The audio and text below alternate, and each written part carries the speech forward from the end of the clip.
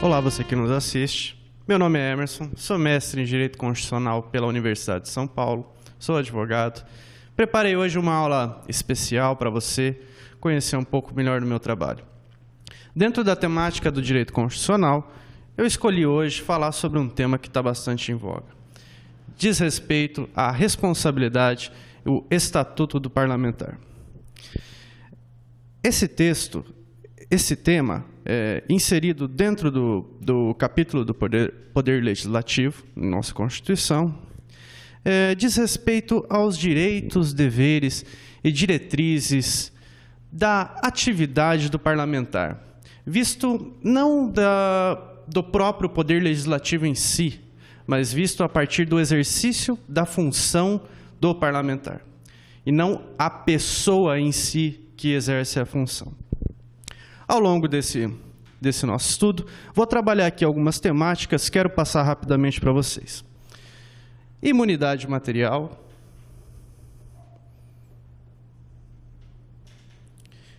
imunidade formal, coloco aqui imunidade formal entre aspas, vou explicar por que mais tarde.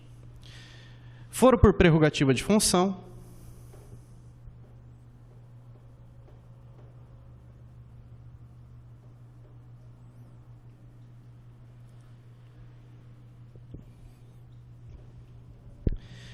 incompatibilidades,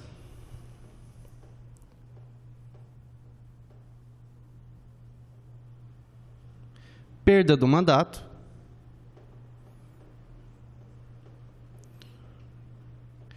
decoro parlamentar,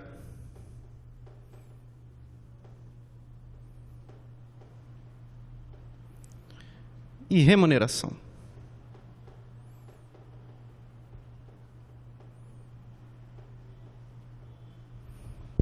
Pois bem, antes de começar, gostaria de te convidar a fazer uma breve reflexão.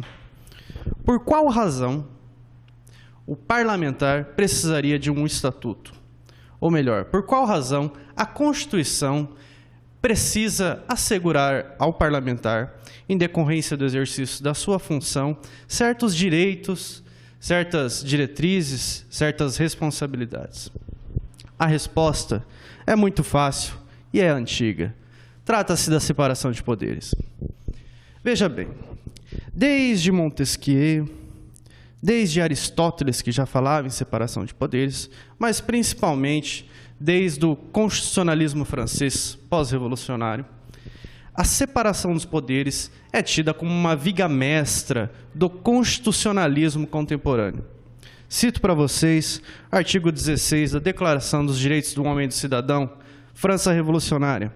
Qualquer sociedade em que não seja assegurada a garantia de direitos, nem estabelecida a separação de poderes, não tem Constituição. O fato é que separação de poderes é ainda um pouco muito simplista. A gente precisa ir um pouco mais além, porque no constitucionalismo contemporâneo não basta a separação dos poderes. É necessário que exista essa palavra-chave: equilíbrio. Não basta que os poderes ou funções sejam separadas entre si. É necessário que eles sejam equilibrados e harmônicos entre si, de forma com que, como já dizia Aristóteles, nenhum governo seja, em alguma de suas funções, ditatorial por se sobrepor às demais. Por essa razão, nada mais natural que a Constituição prever alguns dispositivos que visam justamente assegurar com que os poderes, nesse caso o legislativo, esteja em equilíbrio com os demais. Como já dizia Michel Temer, ao garantir-se a atividade do parlamentar, ou melhor dizendo, ao garantir-se o exercício da atividade do parlamentar, protege-se não apenas o parlamentar, protege-se o próprio Poder Legislativo. A garantia é institucional. Mais ainda, protege-se o equilíbrio entre os poderes. Mais, protege-se o Estado democrático de direito. Em nosso modelo constitucional, todas as constituições asseguraram a inviolabilidade dos membros do poder parlamentar por sua opinião, palavras e voto. Embora, como veremos, em algumas tenha sido apenas um aspecto formal. Por outro lado, onde existem garantias, existem também responsabilidades. Está aqui, incompatibilidades, perda do mandato, decoro parlamentar, de forma a garantir com que o exercício da função tenha a melhor asepsia possível. Vamos começar falando das imunidades.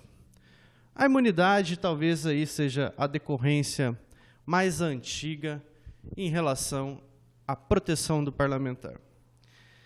No cenário constitucional, podemos identificar, desde a Idade Média, também na Idade Moderna, o constitucionalismo inglês necessitando prever a inviolabilidade como uma proteção do parlamentar, de forma com que o soberano não passasse a ser um reinante absoluto em dissonância com os demais poderes a ele submetidos. Era preciso não ofuscar a atividade parlamentar. Não se negue, você sabe bem, 1215, Carta Magna, Rei João Sem Terra, tenha, de certa forma, influenciado a necessidade de proteger o parlamentar. Mas foi em 1689, com o Bill of Rights, que essa garantia passou a ser prevista expressamente. Como já se disse, a garantia institucional, a preservação do parlamentar no exercício de sua função, é, antes de tudo, uma garantia do exercício do poder de forma democrática. E essas garantias são tão importantes e tão arraigadas dentro da função que o parlamentar exerce, que sequer aceitam renúncia. Imagine-se, por exemplo, um parlamentar que tenha proferido determinada opinião dentro da Casa Legislativa, no exercício de sua função. E, de repente, ele, sei lá por quê, resolva afirmar que ele não quer ser protegido, ele quer ser processado por conta daquela opinião. Não é possível. Veremos, não se aceita a renúncia dessas garantias. Há dois tipos de imunidade: imunidade material e imunidade formal. A imunidade material, vamos lá, decorre da construção inglesa do Freedom of Speech. Ou seja, liberdade de discurso. Foi prevista em todas as nossas cartas constitucionais, inclusive nas de 37 e nas de 69, embora, naquelas ocasiões, as exceções criadas eram tão grandes que pode-se dizer que a garantia era meramente formal. A de 69 até mesmo se discute se seria ou não uma Constituição, enfim, emenda constitucional da de 67, mas esse é um outro tópico. Atualmente, a previsão vem expressa no artigo 53 da nossa Constituição. Acompanhe aí você. Os deputados e senadores são invioláveis, civil e penalmente, por quaisquer de suas opiniões, palavras e votos. Civil e penalmente. Nem sempre foi assim. Até a emenda 35 de 2001, a palavra civil não aparecia no artigo 53. Então era de se questionar, antes da emenda 35, seriam os parlamentares invioláveis, irresponsáveis na esfera civil? Evidente que sim. STF, recurso extraordinário 210/917, já afirmava categoricamente a inviolabilidade também alcança a esfera civil. A emenda constitucional veio apenas colocar no texto aquilo que a jurisprudência já entendia. Pontes de Miranda, nos idos da Constituição de 46, já afirmava: a irresponsabilidade é material e geral, razão porque não haveria sentido em deixar de se prever que fosse responsável civilmente. Até porque, bem sabemos, muitas vezes a responsabilidade civil pode ser muito mais pesada, muito mais gravosa que a responsabilidade penal. Alexandre de Moraes vai além. Fala o seguinte: liames políticos e disciplinares também estão protegidos aqui pela inviolabilidade do artigo 53, embora não estivesse previsto. Faz total sentido. Veja, há uma ponderação, desde que respeitado o decoro parlamentar. A imunidade material alcança o parlamentar em qualquer lugar que ele esteja, dentro ou fora da Casa Legislativa, porque é vinculada ao exercício da função. Ainda em 1989, pouco depois da confecção de nossa maravilhosa Carta Constitucional, no inquérito 396, o STF entendeu que a imunidade se lança para fora da Casa Legislativa, desde que vinculada ao exercício da função, pois a garantia é justamente a da função. Já quanto à palavra proferida dentro da Casa Legislativa, há uma presunção de que ela o é no exercício da função. Recurso extraordinário 463671, cabendo à Casa, claro, reparar eventuais excessos, porque imunidade não é impunidade. Na prática, 2 tópicos para você. Palavras proferidas em comissão parlamentar de inquérito estão abrangidas pela imunidade. Beleza? Inquérito 655. Fato divulgado na imprensa pelo próprio parlamentar ou terceiro, que seja coberto pela inviolabilidade, assim como a cobertura jornalística da própria sessão, mantém-se também imune. Recurso extraordinário 210.917, já citei esse recurso extraordinário de leitura imprescindível. Muito se discute sobre a natureza jurídica da imunidade. O que seria, afinal, a imunidade? Gilmar Mendes, Pontes de Miranda, José Afonso da Silva afirmam o seguinte: o fato sequer constitui crime. Ellen Grace, inquérito 2273, afirma causa excludente de tipicidade. Os penalistas, Aníbal Bruno Damasio, isenção de pena. Vou concordar com Gilmar Mendes, Pontes de Miranda e José Afonso da Silva. Explico. O fato, ele não é crime justamente porque a Constituição assim o prevê. Muito mais do que isso, a Constituição incentiva que os parlamentares façam uso de suas palavras, opiniões ou votos de forma livre e garante que, se o fizerem, serão irresponsáveis civil e penalmente. Desde a teoria da imputação objetiva, é disso, aí para os penalistas, é disso que é considerado fato típico aquilo que a norma expressamente proíbe. Teoria constitucionalista do delito: não pode ser considerado crime aquilo que a norma incentiva, no caso, a própria Constituição. Por essa razão, ficamos que o fato sequer pode ser considerado crime. Por conta disso, denúncias envolvendo palavra, opinião ou voto carecem de justa causa, devendo ser imediatamente arquivadas. Importante, Palavras e opiniões proferidas durante o mandato continuam protegidas mesmo após o fim dele. Não confunda. Imagine um mandato que se inicia em 2002 e termina no final de 2005, em 2006.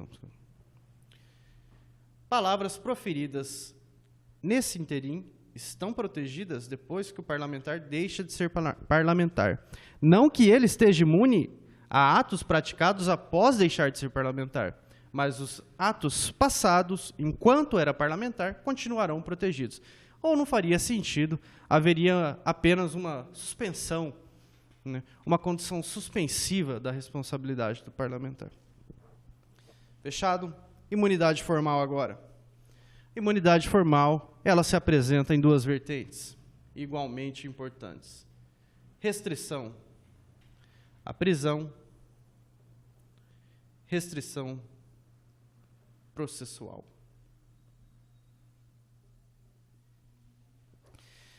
Restrição à prisão decorre da Constituição inglesa, século XVI, Freedom of Arrest.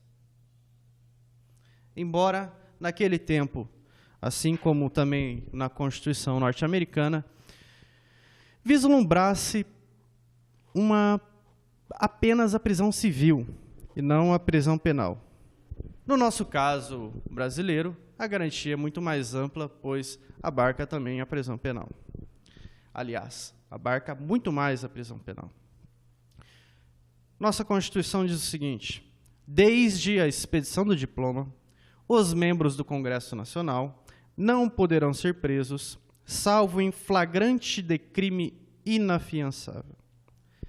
Nesses casos, os autos são remetidos para a Casa Legislativa em 24 horas, para que, por voto da maioria de seus membros, resolva sobre a prisão.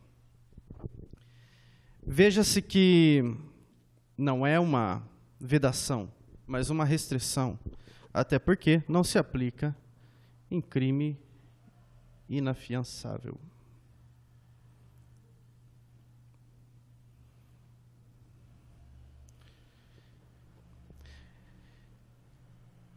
A restrição, nesse caso, se inicia com a diplomação do parlamentar e alcança todos os delitos praticados antes ou durante o mandato. Isso vai ser bastante diferente na restrição processual. Nesse caso, alcança ilícitos praticados antes do mandato. O objetivo é muito claro. É simplesmente impedir que o poder judiciário, aqui temos legislativo, executivo e judiciário, impedir que o judiciário se imiscua no legislativo mediante a realização de prisões de forma provisória ou temporária. Isso significa, você já deve estar aí concluindo, que não se aplica para decisões transitadas em julgado. Inquérito 510. O Supremo fez essa leitura. Nas decisões transitadas em julgados, já foi aplicada a ampla defesa, o contraditório, o due process of law, de uma forma ampla e restrita e profunda. Não há mais o que ser feito. Nesse caso, o judiciário está agindo apenas garantindo que uma decisão da qual não caiba mais recurso seja efetivada, e não se imiscuindo, prendendo parlamentares de forma provisória. Você, logo, já deve estar lembrando da ação penal 396, caso Nathan Donadon, que, após não ter o segundo embargo de declaração conhecido pelo Supremo, teve o reconhecimento do trânsito em julgado e, por conta disso, foi preso. Segundo ponto importante, a restrição alcança tanto a prisão penal quanto a prisão civil, prisão penal provisória, já disse.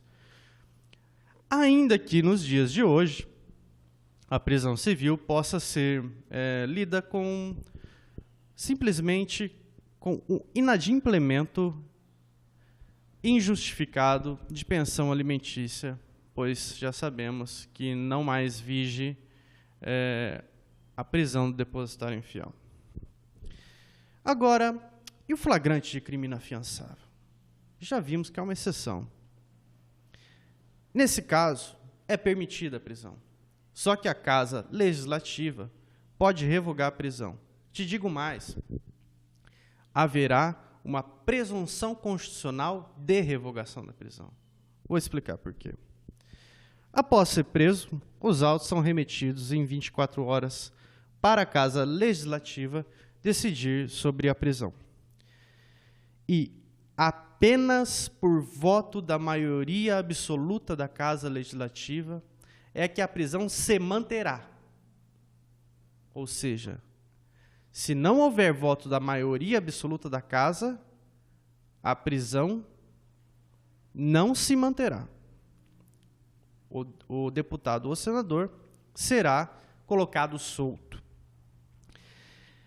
Nesse caso, a votação é aberta para garantir poder fiscalizatório da sociedade. Há emendas constitucionais para garantir votação aberta em outros casos também que iremos falar. Essa regra da deliberação da Casa Legislativa é absoluta? Supremo Tribunal Federal, HC 89417, Assembleia Legislativa de Rondônia. 24 membros, 23 envolvidos em um esquema de corrupção. Para decidir sobre a prisão, justamente de um deles, o chefe do esquema. Supremo? Não. A interpretação constitucional não pode convalidar abusos de direito. Nesse caso, a vontade já está viciada desde o começo. Mantenha-se a prisão. Assim foi feito. Para quem gostaria de dar mais um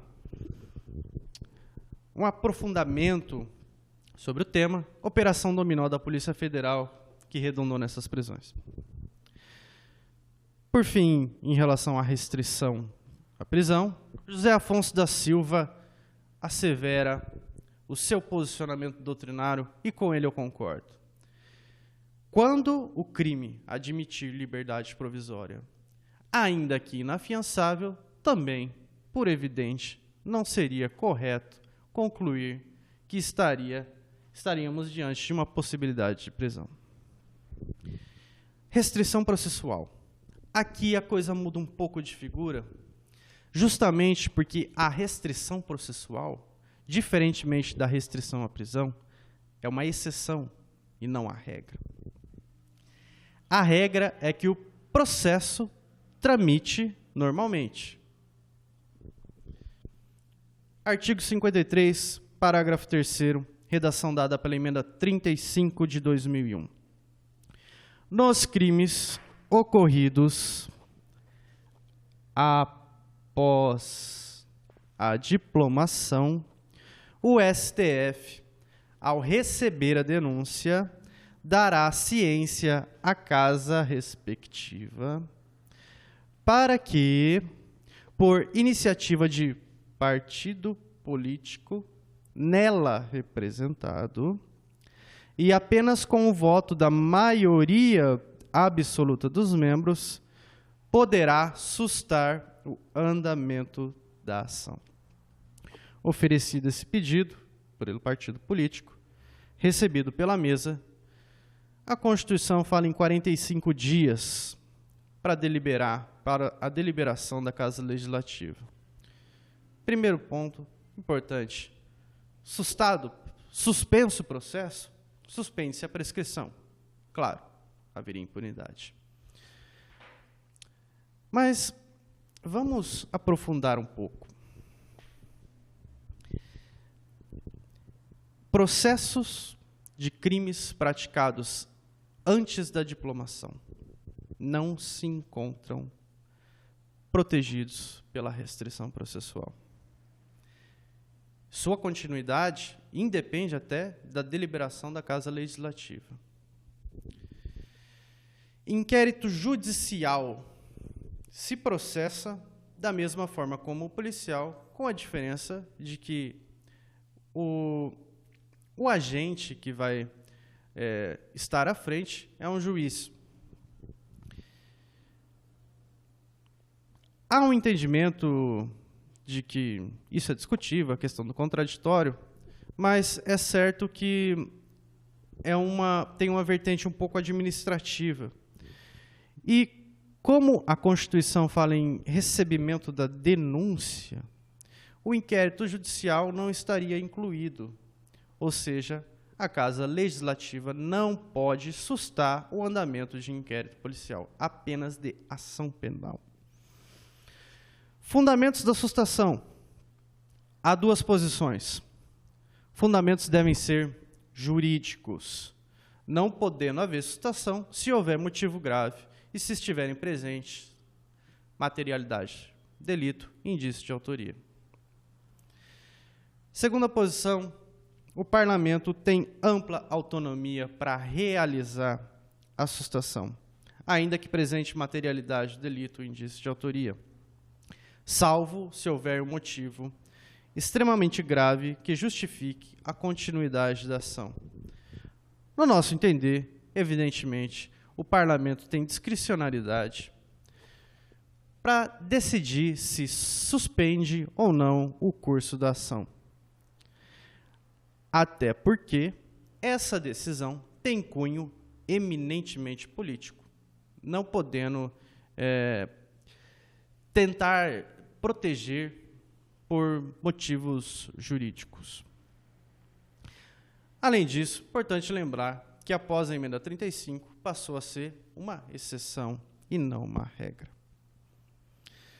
Quarto ponto importante, prazo de deliberação. Eu disse aqui, 45 dias após o recebimento pela mesa. Esse prazo é fatal? Não, é um prazo ideal. Não há problema se ultrapassado, desde que, evidentemente, não tenha já dado o julgamento. Concurso de agentes. Imagine que você tem o agente A e B, sendo o A um parlamentar e o B não. Os dois são réus no mesmo processo. A Casa Legislativa suspende o curso desse processo. O que é feito? O B acompanha? Não. B terá o processo desmembrado e o processo dele continua normalmente, porque a garantia é da função legislativa e não do processo, não importa quem estiver incluído. Para fechar as imunidades, eu gostaria de tratar um tema bastante interessante. Trata-se da questão das imunidades durante estado de exceção. Nossa Constituição fez a previsão. O estado de exceção vê-se que traz certas sangrias desatadas, envolve certos aspectos bastante polêmicos, politicamente falando, o que poderia, talvez, no calor de uma cólera, no calor de uma inflamação, conduzir ao abuso por parte de um poder em detrimento dos outros, sobrepondo-se aos demais. A Constituição previu que há situações que realmente é necessário que ocorra uma exceção, mas protegeu o Legislativo. Artigo 53, parágrafo 8º. As imunidades de deputados ou senadores subsistirão durante o estado de sítio, só podendo ser suspensas mediante o voto de 2/3 dos membros da casa respectiva, nos casos de atos praticados fora do recinto do Congresso Nacional que sejam incompatíveis com a execução da medida. Observações. Nunca atos praticados dentro da Casa Legislativa.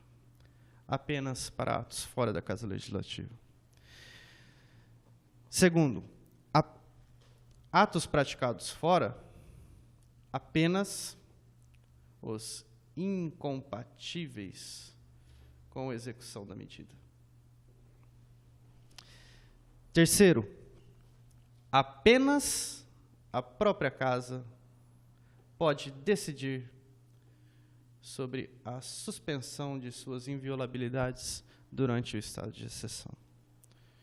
Quarto, não apenas, mas só se tiver 2/3 dos membros votando naquele sentido.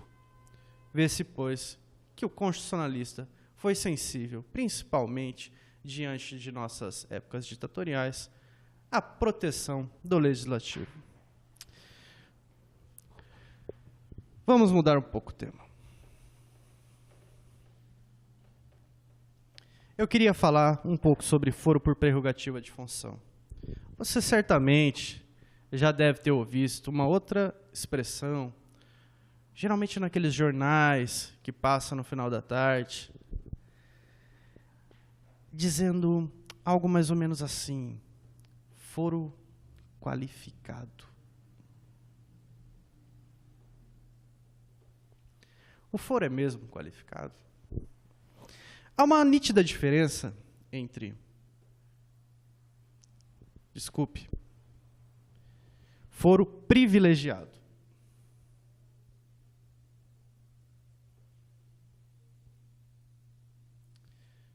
Há uma nítida diferença entre prerrogativa de função e privilégio. Prerrogativa é uma forma de se defender o exercício de uma função. Privilégio é uma discriminação, colocando determinadas pessoas em um nível de importância maior que as outras, sem que haja justificativa funcional para isso.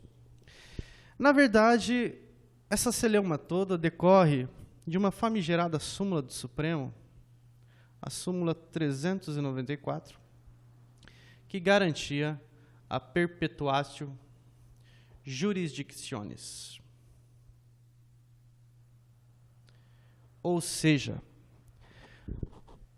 o membro do Poder Legislativo, após deixar de sê-lo, continuaria tendo os seus processos naquele foro especial.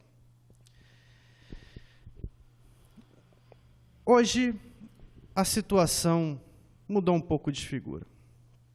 Vou te convidar primeiro para ler o artigo 53, parágrafo 1º.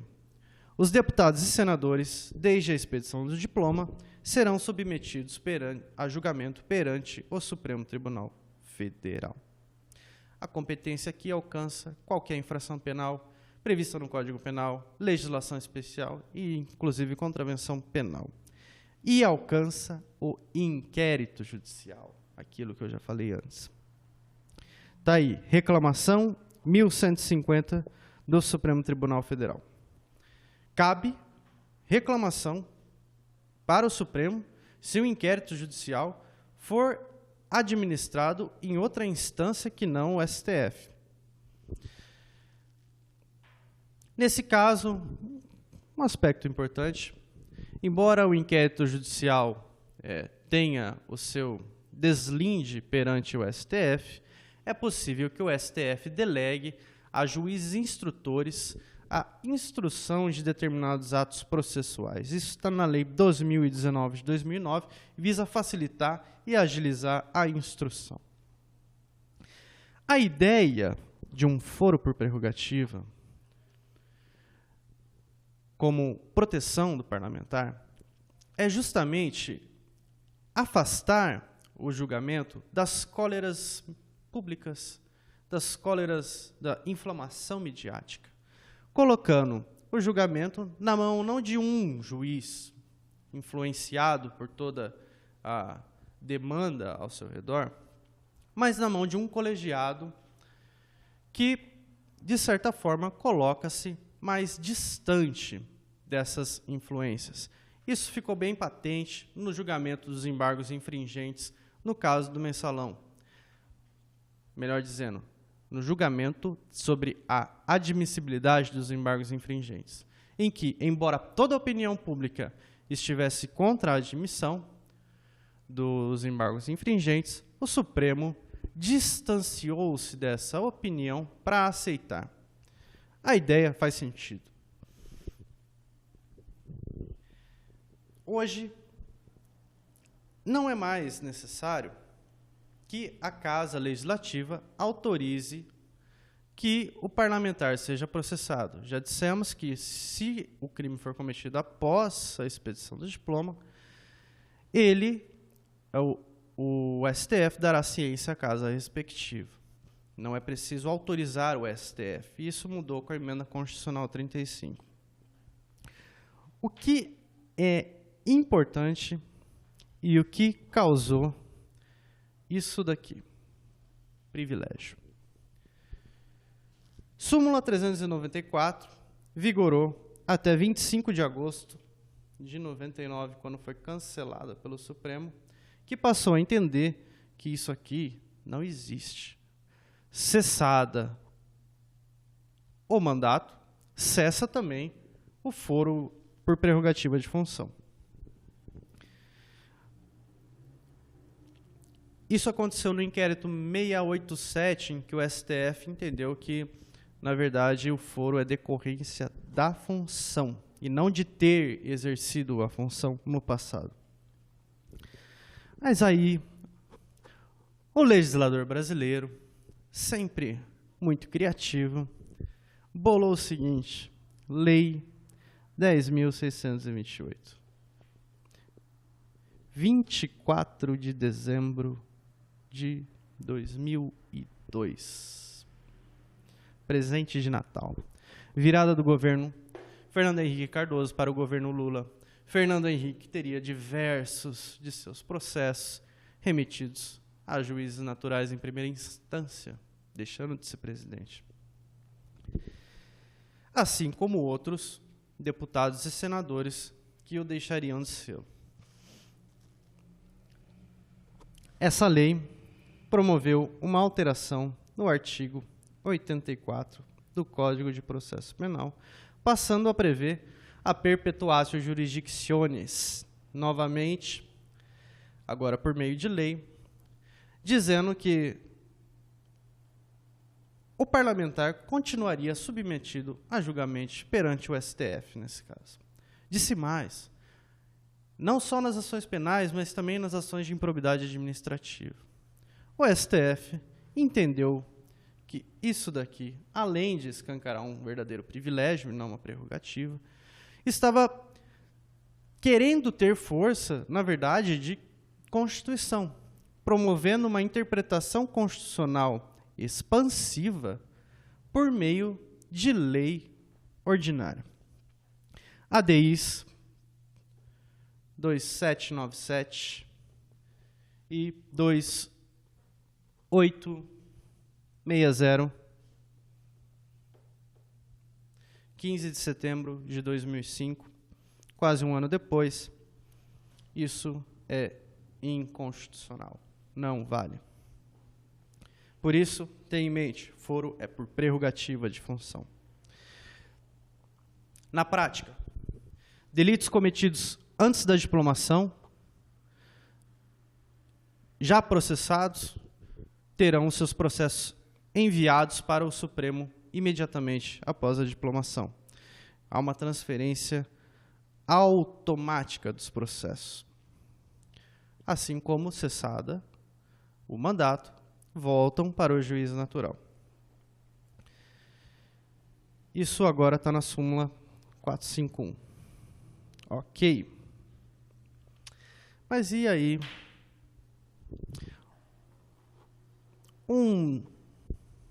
governador, deputado, senador de João Pessoa, causou uma certa celeuma no Supremo Tribunal Federal, no julgamento, ou melhor, na condução da ação penal 333. O réu era Ronaldo Cunha Lima. Em 1993, quando então governador do estado da Paraíba, foi denunciado por tentativa de homicídio. Por conta de ser governador, teve seu processo tramitando junto ao STJ. Mas em 94 se elegeu senador. Em 2002 e 2006 elegeu-se deputado federal. Seu processo foi para o STF. Veja, do STJ para o STF.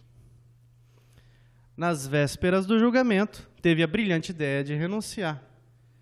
E seu processo iria para a vara do júri de João Pessoa. O Supremo discutiu a questão. Pode ou não pode? O ministro Aires Brito, num brilhante voto, disse que isso aqui era abuso de direito. Citou Ortega y Gasset, Eu sou Joe e minha circunstância. Fez ali o seu breve apanhado, disse que, na verdade, o réu estava se beneficiando da sua própria torpeza. O Supremo não viu outra razão, não viu outro caminho que não fosse ser técnico nesse momento. Ao invés de achar exceções para a proibição da perpetuatio jurisdictionis, e determinou que, como já se sabe, cessada a função parlamentar, cessa também o foro por prerrogativa de função. O processo deve ser encaminhado ao juiz natural, no caso, a vara do júri de João Pessoa. Isso foi em 5 de dezembro de 2007. Vale a pena o voto do ministro Aires Brito e o voto do ministro Gilmar Mendes. Voto técnico também do ministro Joaquim Barbosa, que conduziu esse novo entendimento. É um voto que chama a atenção. Vamos mudar de tema. Eu quero falar sobre incompatibilidade e perda do mandato. A nossa Constituição traz em seu artigo 54 um rol de incompatibilidades para deputados e senadores. Algumas dessas incompatibilidades se iniciam com a diplomação, outras se iniciam com a posse.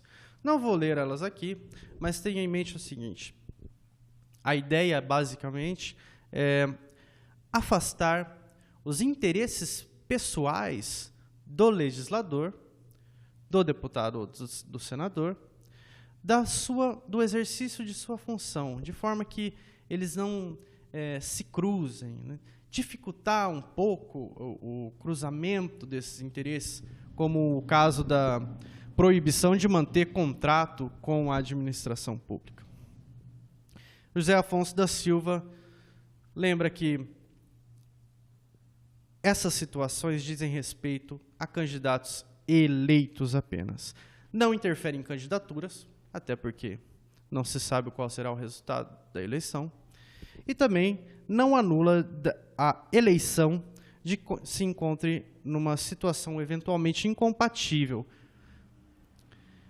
O que ocorre é que, no momento da diplomação, ele terá incompatibilidades que se iniciam com a diplomação. Antes disso, as incompatibilidades podem subsistir. José Afonso da Silva faz uma breve classificação em 4 tipos dessas incompatibilidades: funcionais, negociais, políticas e profissionais. Sempre mantendo a ideia do exercício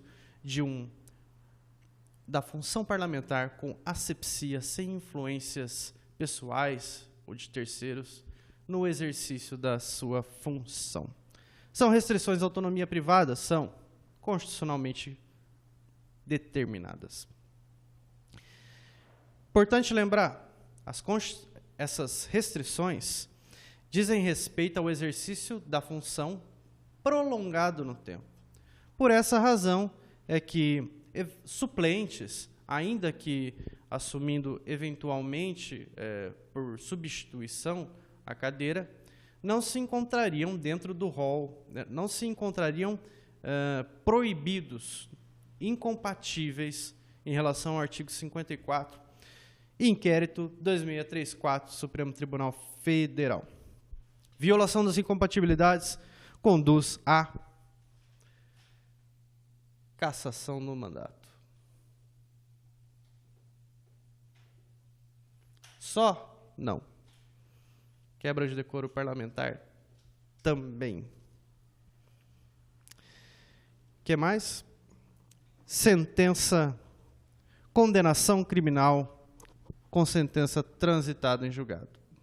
Aqui uma terceira.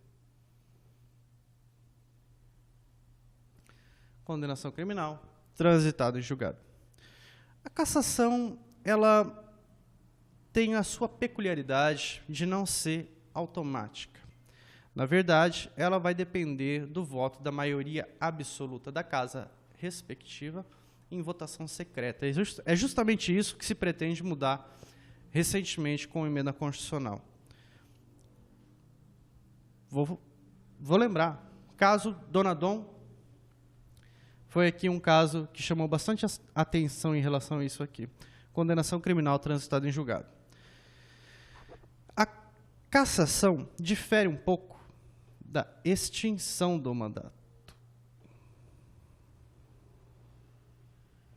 A letra está um pouco feia aqui, né? Vamos escrever de novo. Extinção do mandato.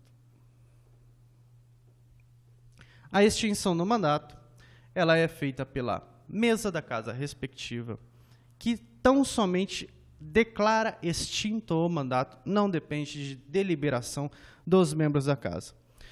A extinção do mandato se dá em 3 hipóteses.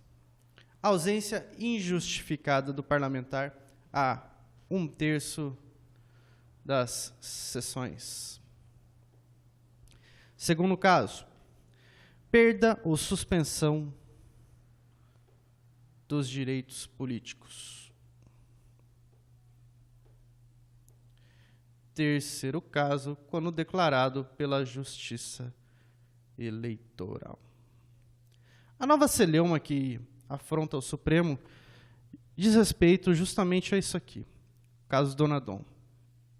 Condenação criminal transitada em julgado conduz à cassação, necessita de deliberação da casa. Perda ou suspensão dos direitos políticos, não, depende tão somente de uma declaração da mesa. Mas quem foi condenado criminalmente, com trânsito em julgado e preso, não teria também suspenso seus direitos políticos? O Supremo vai decidir. Em breve conheceremos melhor essa temática. Em minha opinião, totalmente faz sentido. Exceção. Parlamentar não perderá o mandato quando investido nos cargos de ministro de Estado, governador de território, secretário de Estado do Distrito Federal, de território, secretário de Prefeitura de Capital ou chefe de missão diplomática temporária. Segundo, por motivo de doença ou para tratar sem remuneração de interesse particular, desde que, neste caso, não seja superior a 120 dias o afastamento dentro da mesma sessão legislativa. O inciso 1 é muito claro, traz uma hipótese de interesse coletivo. Nesse caso, o parlamentar é convidado a assumir um outro cargo, também público, e, por conta disso, há um interesse público na assunção desse cargo. A segunda hipótese, o segundo inciso, traz, primeiramente, o caso de doença, que é muito óbvio, e, em terceiro lugar, o caso de tratar de assuntos particulares. Nesse caso, a Constituição teve por bem prever que é possível, mas desde que não seja temporariamente a extensão temporária não seja tão grande que atrapalhe o próprio exercício da função, e desde que seja sem remuneração. É evidente. Esse é um princípio de moralidade pública. Interessante. Parlamentar afastado por decorrência do exercício das funções do inciso 1º, ministro, secretário, não gozam das proteções inerentes ao exercício da função. Inquérito 104 da Constituição Federal.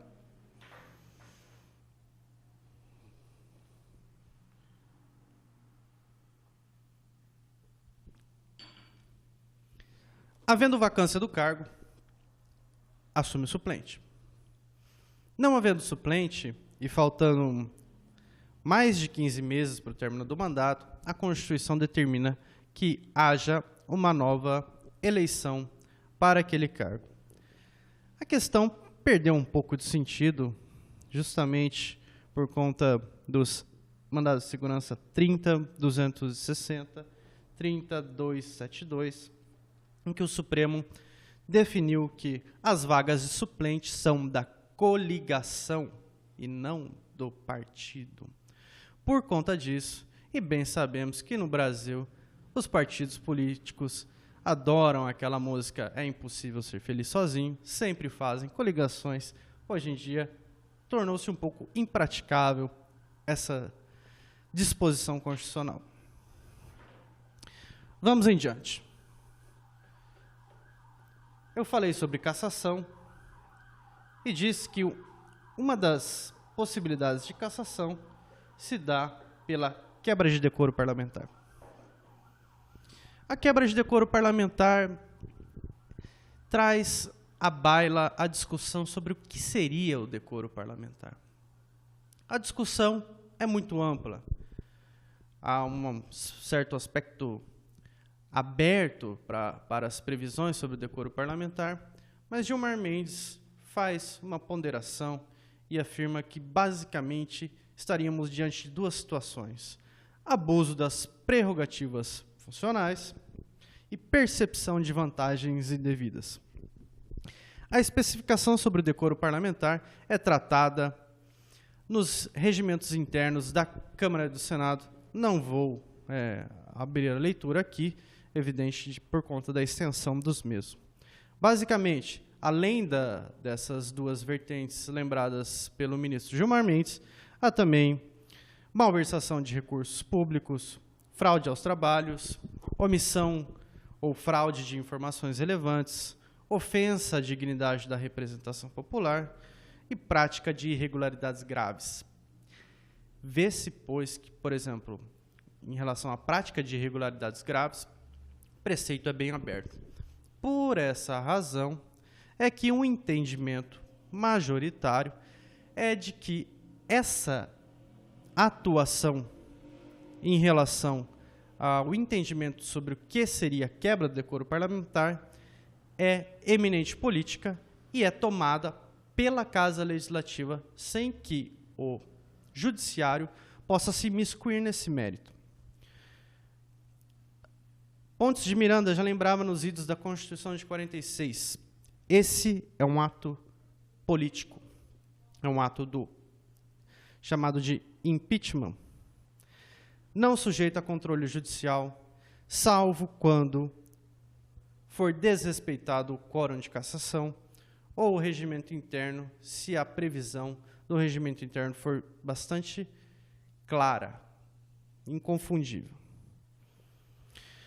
O processo para cassação por quebra de decoro parlamentar, ele deve ser iniciado pela mesa ou por partido político com representação no Congresso Nacional. Durante seu trâmite, em vista de seus efeitos, deve ser assegurada a ampla defesa. Artigo 55, parágrafo 1º da nossa Carta, assevera: A perda de mandato, nos casos de procedimento incompatível com o decoro parlamentar, dar-se-á por decisão da Casa Legislativa mediante voto secreto e maioria absoluta. Esse procedimento é de observância obrigatória pelos demais entes da federação, não sendo possível que a Constituição Estadual, por enquanto, preveja votação aberta em relação à cassação. Na prática, parlamentar licenciado deve manter o decoro, parlamentar pode ser cassado. Deputados federais possuem interesse legítimo de participar das sessões que deliberem sobre cassação de senador por quebra de decoro parlamentar, porque senadores e deputados perfazem o Congresso Nacional. Parlamentar que responda a processo por quebra de decoro ou outra situação de perda de mandato que tente renunciar vai esbarrar numa condição suspensiva.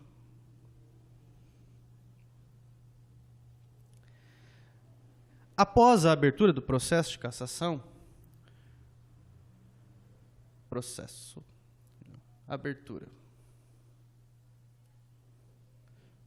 de cassação, o parlamentar que tentar renunciar apenas conseguirá se for decidido pela não cassação do deputado ou do senador.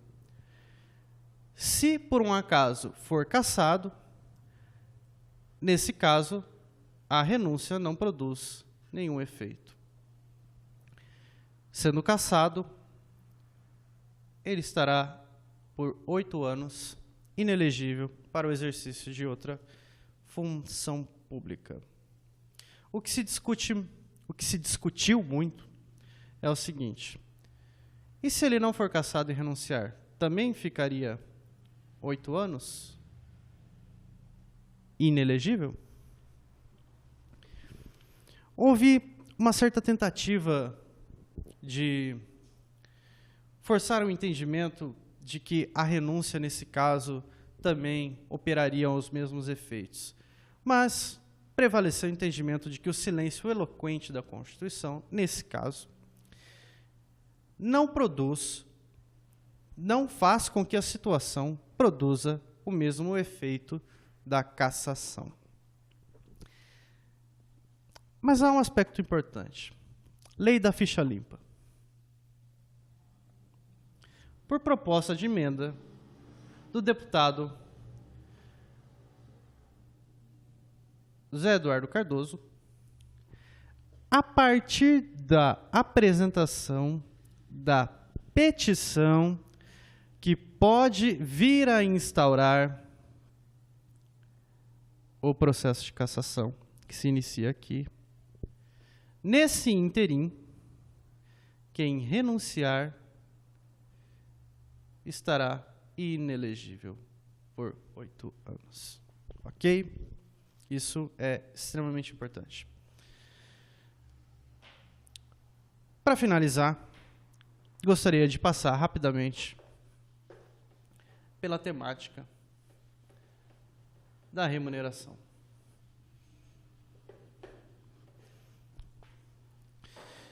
A Constituição brasileira teve a sensibilidade de prever um certo entrelaçamento entre os poderes no tocante à fixação da remuneração dos agentes políticos. Nos termos do artigo 49, inciso 7º, compete exclusivamente ao Congresso Nacional a fixação de subsídios para deputados federais e senadores. A questão não é tão simples. 5 observações. Subsídio dos deputados e senadores não pode ser maior que os membros do STF. Está entrelaçado, está preso aos vencimentos dos ministros do Supremo. Segundo, o subsídio será fixado em parcela única.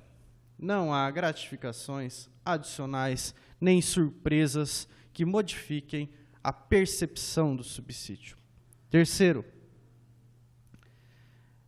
não terão tratamento tributário diferenciado, privilegiado nesse caso. Quarto, pagarão imposto de renda sobre a percepção desses subsídios com os mesmos critérios das pessoas pelo Brasil afora.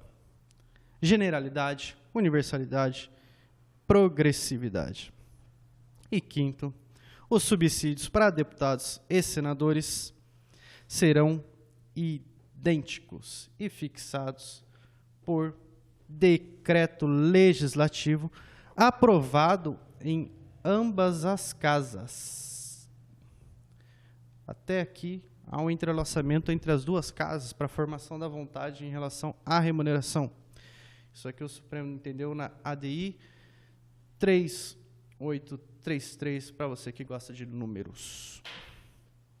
Subsídio, assim, rompe com a ideia de um valor variável, o que poderia dar aso a inúmeros desvios, inúmeros abusos, e passou a prever que esse valor será fixo. José Afonso da Silva faz um pequeno adendo extremamente importante. Isso não impede a revisão anual dos vencimentos, sem que seja necessário uma nova votação para fixação de novos vencimentos, até porque o artigo 3710 da nossa Constituição empresta esse entendimento por analogia. Por exemplo, correção inflacional. No tocante aos parlamentares estaduais e municipais, há outros parâmetros para fixação da remuneração. Convido vocês para a leitura do artigo 27, parágrafo 2º e 29, inciso 6º, para entender mais ou menos como isso funciona. Prezados, esses foram os temas que eu gostaria de abordar durante essa exposição dessa aula modelo. Espero que tenha sido proveitoso, de fácil compreensão. Os meus contatos seguem aqui abaixo. Espero o seu contato, a sua mensagem. Um grande abraço e até a próxima.